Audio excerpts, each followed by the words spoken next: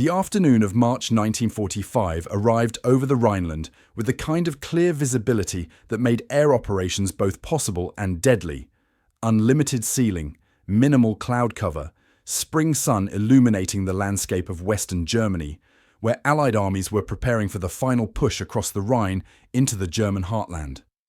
In the skies above a Luftwaffe airfield near Wesel, a dogfight had developed between Canadian Spitfires from 442 Squadron and German Messerschmitt fighters, attempting to protect what remained of the Luftwaffe's operational capability in the sector.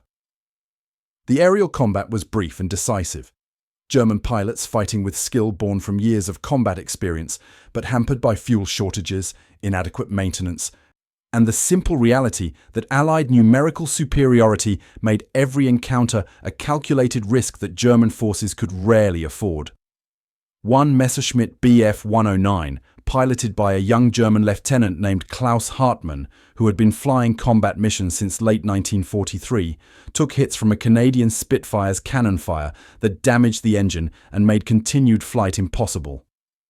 Hartmann executed the emergency procedures that training had made automatic, trimming the aircraft for glide, looking for suitable landing area, preparing for belly landing since his hydraulics were damaged and landing gear wouldn't deploy properly.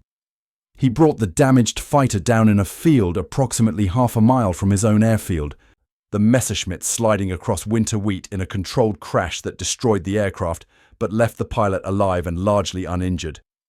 The Canadian pilot who had shot him down, Flight Lieutenant James Mackenzie from Vancouver, circled once to confirm the German pilot had survived, then noticed the proximity to the German airfield and made a decision that was tactically questionable but personally compelling.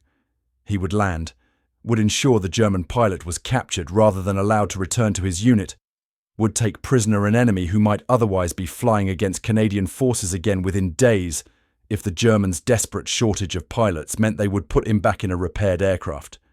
Mackenzie brought his Spitfire down in the same field, landing with considerably more control than the German crash landing had achieved, taxiing to where Hartmann was climbing out of his destroyed fighter. The German pilot stood beside his wrecked aircraft, watching the Canadian Spitfire approach with the kind of resignation that characterized men who understood when situations had moved beyond their control. He was armed.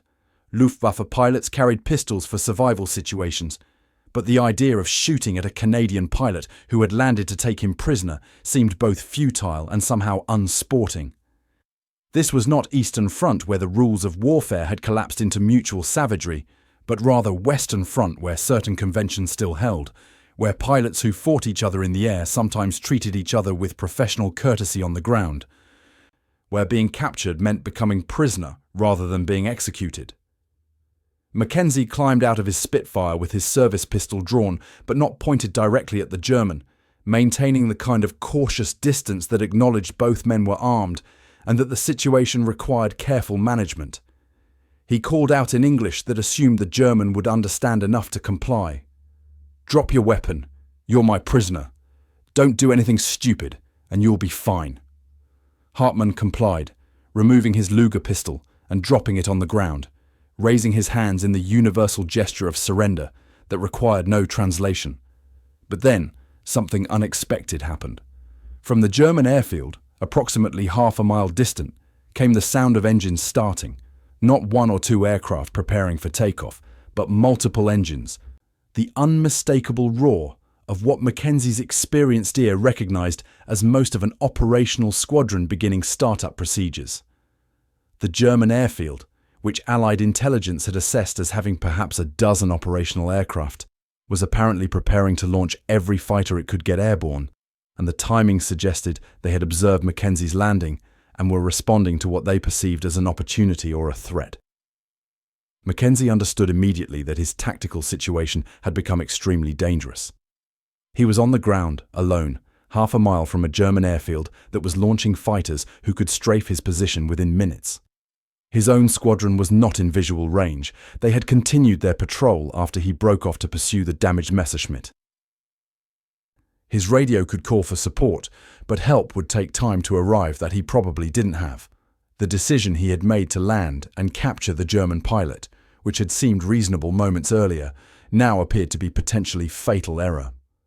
Hartmann, watching the Canadian's face as realization dawned, said in accented but comprehensible English, "They're coming for you. They saw you land. They think you're alone and vulnerable. You should leave now while you still can." The statement was delivered without triumph or mockery, simply as factual assessment of tactical reality from someone who understood aerial combat and what was about to happen. Mackenzie looked at his Spitfire, calculated how long it would take to start the engine and get airborne. Recognized that German fighters taking off from prepared airfield would be in the air before he could gain sufficient altitude to defend himself effectively. He looked at Hartmann, at this German pilot who was technically his prisoner, but who was also the only person present who might know something that could change the tactical equation. "How many aircraft are they launching?" Mackenzie asked. "All of them," Hartmann replied. "Everything that can fly. Maybe 15 fighters. They think they can catch you on the ground, destroy your aircraft, maybe capture or kill you. It would be a morale victory. Canadian pilots shot down their comrade, landed to gloat, got punished for his arrogance. That's how they'll tell the story." The German's tone suggested he found the whole situation absurd, but was describing reality accurately regardless of how absurd it seemed. Mackenzie made a decision that was either tactically brilliant or completely insane, depending on how the next few minutes developed. He grabbed Hartmann by the shoulder and pulled him toward the Spitfire, saying rapidly, "You're coming with me. Get in the aircraft. There's space behind the pilot's seat. It'll be cramped, but you'll fit. Move now." The order was delivered with urgency that permitted no debate, and Hartmann, recognizing that staying on the ground meant being strafed by his own side when they attacked the Canadian aircraft, complied with the kind of speed that survival instinct produced.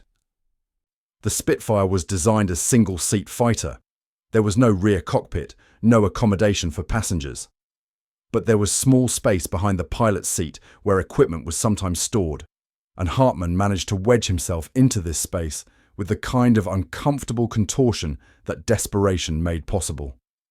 Mackenzie was already starting the engine, running through abbreviated startup procedures, advancing throttle, beginning takeoff roll across the field that was far from ideal runway but was adequate for aircraft designed to operate from rough forward airfields. The Spitfire lifted off just as the first German fighters were becoming visible approaching from the direction of their airfield. Mackenzie banked hard, gaining altitude as rapidly as the Spitfire's Merlin engine would permit, pushing the aircraft to climb rate that was uncomfortable even for him and must have been nearly unbearable for Hartmann crammed into space behind the seat. The German fighters, seeing their target airborne and climbing rather than stationary on the ground, as they had expected, adjusted their approach, beginning to position themselves for attack on the lone Spitfire that was apparently attempting to escape. But Mackenzie wasn't attempting to escape. He was heading directly toward the German airfield, toward the base that the German fighters had just left, turning what should have been his disadvantage into unexpected tactical opportunity. The German fighters, configured and positioned to attack ground target, found themselves out of position to intercept Spitfire that was now approaching their own airfield at high speed and low altitude. Mackenzie's plan, formed in the seconds available for planning, was audacious to the point of recklessness. He would strafe the German airfield while the German fighters were in the air chasing him, would destroy aircraft on the ground and fuel supplies, and whatever other targets presented themselves would hit them while their defenses were minimal because most of their fighters were airborne. Hartmann, crammed into the space behind the pilot's seat and barely able to see what was happening, shouted over the engine noise, "You're insane! You're flying toward my airfield! They have anti-aircraft guns! They'll shoot you down!" Mackenzie, lining up his approach and checking his gun sight, replied with the kind of grim humor that characterized pilots in combat. "They might, but their fighters are all in the wrong position. Their defenses aren't expecting attack from this direction, and I've got about 30 seconds before they figure out what's happening. Hang on." The Spitfire swept across the German airfield at nearly 400 miles per hour, and at altitude of perhaps 50 feet. Mackenzie's thumb pressing the firing button that sent .303 caliber rounds and 20mm cannon shells into aircraft parked on the dispersal areas, into fuel trucks that exploded with satisfying violence, into buildings that housed operations facilities and maintenance equipment. The attack lasted perhaps 10 seconds. That was all the time available before anti-aircraft fire would become effective and before the German fighters circling overhead could dive to intercept. Mackenzie pulled up hard, gaining altitude through climb that pushed both him and his unwilling passenger into their seats with several Gs of force, turning away from the airfield and heading west toward Allied lines at maximum speed.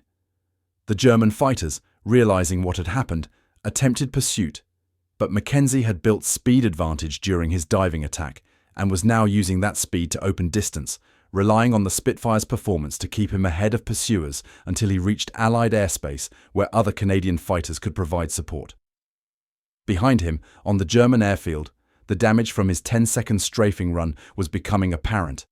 At least 3 fighters destroyed on the ground, a fuel truck burning fiercely, damage to buildings and equipment that would take days to repair. Within 5 minutes of Mackenzie landing in the field to capture Hartmann, the entire tactical situation had reversed. The German airfield that had launched 15 fighters to attack what they thought was vulnerable Canadian pilot on the ground was now damaged and burning. The German fighters that had expected easy victory were now returning to base to find it under attack. And the Canadian pilot who had seemed to be in desperate tactical position was now escaping successfully with his prisoner, having inflicted damage far exceeding anything the Germans had accomplished during the day's aerial combat. When Mackenzie landed at his own airfield 20 minutes later, with Hartmann still crammed into the space behind his seat, the story of what had happened spread through the squadron with the speed that extraordinary events generated. The Canadian pilots who heard it had difficulty believing the sequence: landing enemy territory to capture downed pilot, being threatened by enemy aircraft launching from nearby airfield, taking the captured pilot with him in single-seat fighter, then attacking the enemy airfield while their fighters were in the air, escaping successfully with prisoner and having inflicted significant damage. The implausibility of the whole sequence made it memorable. The kind of story that was told and retold, gaining details with each retelling but always centered on the essential facts that were strange enough without embellishment. Hartmann, extracted from his cramped position behind Mackenzie's seat and officially processed as prisoner, provided his own account to intelligence officers who wanted to understand German airfield defenses and operational procedures. But he also expressed something about the experience that transcended simple intelligence value. I thought I was being captured. Then I thought we were both about to be killed by my own side. Then I thought the Canadian had gone insane and we would be shot down attacking my airfield.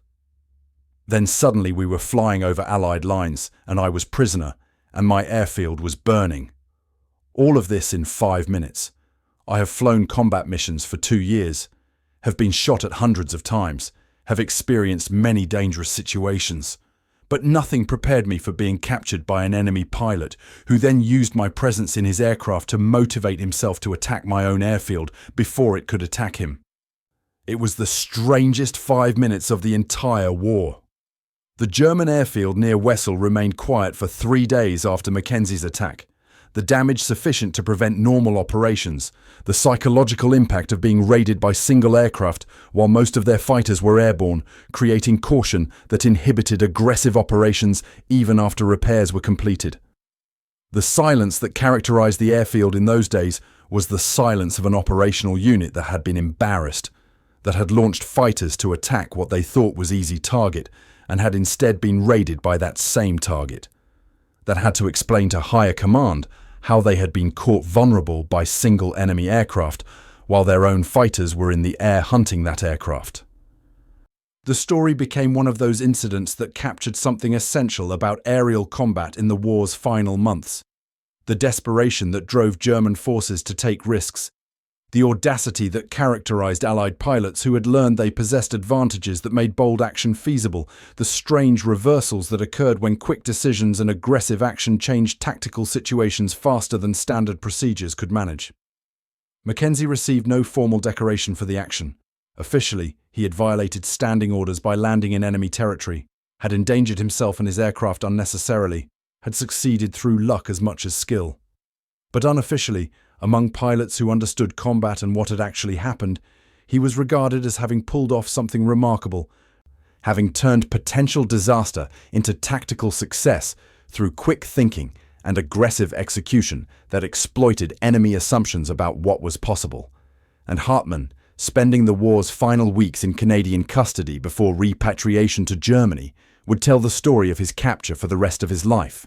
How he had been shot down, had surrendered to Canadian pilot who landed to take him prisoner, had then been taken along in that pilot's aircraft for attack on his own airfield before being delivered to prison camp, all within 5 minutes that transformed him from Luftwaffe pilot to prisoner to unwilling participant in raid on his own base to formal POW. The absurdity of the sequence made it memorable. But what made it significant was what it revealed about the final stage of the air war. German forces attempting aggressive action from positions of weakness, Allied pilots confident enough to take risks that earlier in the war would have been suicidal, and the strange tactical situations that developed when desperate courage met overwhelming advantage in the confused endgame of a war whose outcome was no longer in doubt, but whose final acts still produced moments of unexpected drama.